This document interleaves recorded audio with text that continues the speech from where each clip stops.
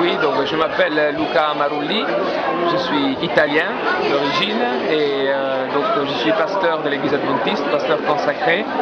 J'ai commencé mes études à Florence et puis j'ai continué à Collonges en France et je travaille en tant que pasteur au Canada, à Toronto, où j'étais consacré pour aller ensuite continuer mes études à l'université d'Andrews aux États-Unis, l'université adventiste. Alors, je suis marié avec Irène, ma femme, et nous avons une petite fille de 3 ans et demi, Maya. Alors, pasteur, est-ce que vous pouvez nous dire un peu ce que vous faites en Polynésie particulièrement? Oui, donc j'ai été invité pour donner notamment 2 cours dans le cadre d'une formation continue pour les pasteurs et aussi les laïcs. La première semaine qui vient de s'achever, donc j'ai donné des cours sur les évangiles synoptiques, c'est-à-dire l'évangile de Marc, Matthieu et Luc. Et notamment on a exploré pourquoi il y a des différences dans ces évangiles parfois.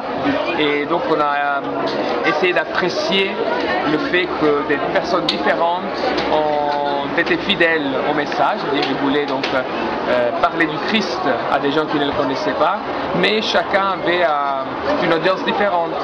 Parfois c'était des juifs, ou c'était des non-juifs, où la perspective était différente. Donc ces personnes différentes ont dû adapter le message par rapport aux gens qui voulaient évangéliser, et le message était aussi enrichi par leur propre sensibilité. Donc on a eu la possibilité d'explorer ça avec les pasteurs et les membres laïcs, les anciens, et c'était très intéressant, très enrichissant. Alors pasteur, le département des femmes ici en Polynésie a profité de votre présence pour vous inviter ce sabbat à participer avec nous ici à Mataya, et a également profité de l'occasion d'inviter les femmes des églises aux alentours de pouvoir venir vous entendre aujourd'hui. Quel est vraiment le message que vous souhaiteriez faire passer à toutes ces femmes ici en Polynésie? Bien, donc on a déjà commencé hier soir, et hier soir on a essayé de voir pourquoi il y a dans la vie des versets un peu difficiles, comme par exemple celui de Paul qui dit que les femmes se taisent dans les assemblées. Et donc j'ai eu l'occasion d'expliquer comment on lit la Bible et pourquoi, même s'il y a un verset écrit par un homme inspiré au 100%, on ne fait pas ça forcément dans l'église. Donc on a eu l'occasion d'explorer, de parler un peu d'interprétation biblique. Et aujourd'hui, c'était plutôt un appel plus général à accepter l'appel de Dieu dans notre vie, si on est encore dans une phase où on hésite. Et donc, d'un côté, à reconnaître le fait que Dieu nous adresse un appel, une vocation directe, personnalisée, taillée sur mesure pour nous, mais aussi à reconnaître l'importance de ce qui nous côtoie.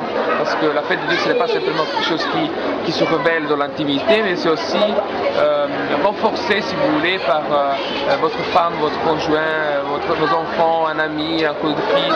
Il y a des choses qui se passent autour de vous qui peuvent en effet vous confirmer le fait que Dieu est en train de vous appeler, et donc vous êtes prêts à recevoir cet appel et vous engager pour Dieu, avec Dieu. Donc quel serait donc le message que vous souhaiteriez dire aux femmes? Aux femmes de manière particulière, c'est que tout d'abord pour vivre une vie heureuse dans un monde qui est difficile, surtout pour les femmes, parce qu'il faut reconnaître qu'en dépit du progrès qui nous a amené quand même à comprendre un progrès qui a été déjà, poussé et rendu possible grâce au principe évangélique, du fait que l'homme et la femme sont égaux devant Dieu. Mais notre société continue à être quand même une société difficile pour les femmes, au niveau du travail, au niveau de la violence. Alors, tout d'abord, reconnaître qu'il y a des problématiques particulières aux femmes, et que ces problématiques-là, eh bien, la première personne qui peut nous aider, c'est Dieu. Parce que ce que Dieu nous aide à faire, c'est avoir plus confiance en nous-mêmes, c'est de nous donner une certaine paix, de nous décharger, de nous libérer de certaines peurs, de certaines peut-être culpabilités ou d'un sens d'infériorité peut-être, s'il y a chez quelqu'un, et de nous aider à nous concentrer pour vivre mieux notre vie. Et donc pour nous épanouir et pour être vraiment dans la société des éléments de changement, de régénération, et dans l'Église surtout, d'être des personnes qui puissent travailler.